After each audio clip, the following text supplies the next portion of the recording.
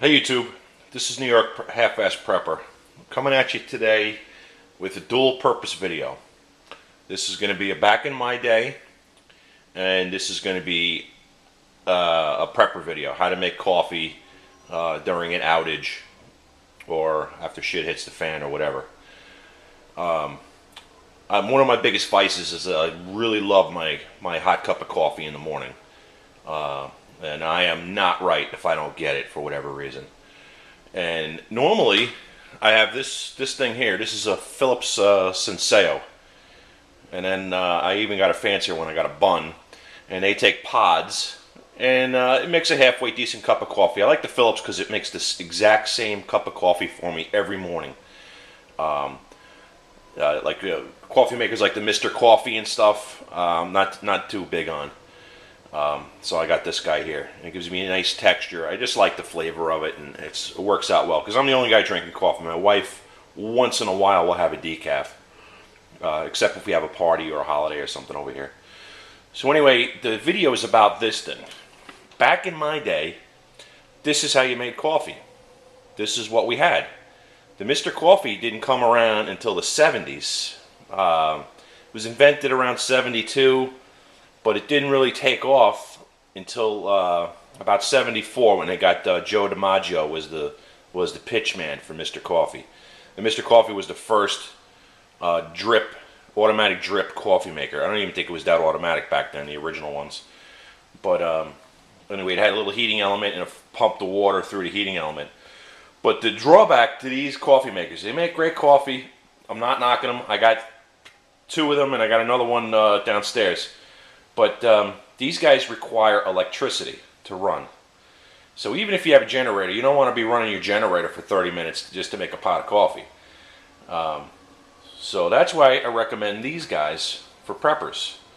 Now this one's not practical to pack in a bug out bag because it's made out of glass, or to take into the woods or anything. But they do make them out of metal. Walmart still sells them made out of metal. I've never paid for these. I always get them for free from...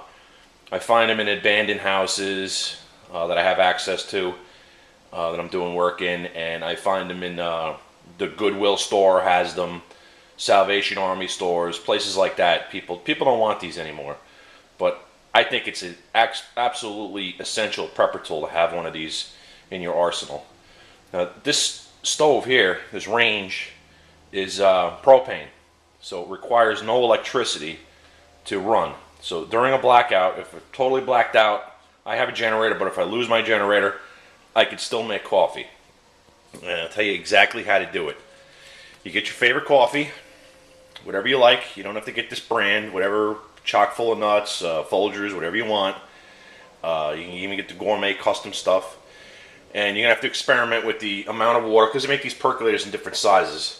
Experiment with the amount of water versus the amount of coffee, but I can tell you from experience, it's usually 2 scoops to fill one of these things up. And there's a little basket in here. You take the cover off of that, and you put the coffee inside there. Now my signature thing is making my hand shake for some reason. My signature thing is to put a little dash of salt in the coffee, and it kind of counteracts the acidity a little bit, and it gives it a nice, smoother taste. So you put the coffee in there, you put this whole thing together, you set this up on your stove, or you could use this on your barbecue that has a little side burner, or your little sterno stove, or even one of those little pocket beer can stoves. Anything that'll boil water, that'll work for this. And then you apply the heat. And that's basically it. Now when you see the stuff boiling, the water is going to percolate up into this little knob on the top, and once it starts to boil, you just shut off the flame and just let it sit. It's going to see, there it goes. It's starting to percolate there. I don't know if you can see that on the video, but once it starts percolating, you just shut off the heat, and it'll continue to percolate for a while. And when it stops percolating, coffee's done, and you can have excellent results. Now my grandmother was old school. She was living in the projects in the Bronx, and she just didn't have space or money. She'd never waste money on a coffee maker like that. So she had one of these. It was made out of like metal or aluminum or something. And whenever somebody wanted coffee, she put this coffee in there, the water, and put it on the stove. And her coffee was the best. So, dual purpose video. This is what we had back in my day. We didn't have the these fancy Mr. Coffee makers. We didn't even have the French press or anything. Everybody had these, and usually they were made out of metal, or some of them. I have one on my tugboat that's made out of like ceramic, and it works pretty good. It's like Corningware or something. And just buy your coffee, and if you ever go to like the A&P or one of these gourmet coffee places, they have the grinder, and you can use. You're supposed to use like the larger grinds, the looser grinds in this type of coffee maker, instead of the really fine ones that go in machines like this. So if you're grinding it yourself, or you go to one of those places with a grinder, you tell them that you got this kind of coffee maker, and I think they even have a little selector knob that'll select that. So that's it. If you're a prepper, I highly recommend you pick up one of these percolators. All you guys that are camping, and camping I mean like pitching a tent and building a fire on the ground out in the woods.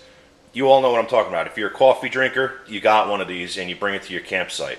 I'm not talking about an RV, because that, they got those things plugged into the RV, but if you're a tent camper, you know what I'm talking about. These things are worth their weight in gold if you like that cup of coffee in the morning. So that's it. Going on 6.5 minutes here, so I'll cut it short, and that's it. I'm out.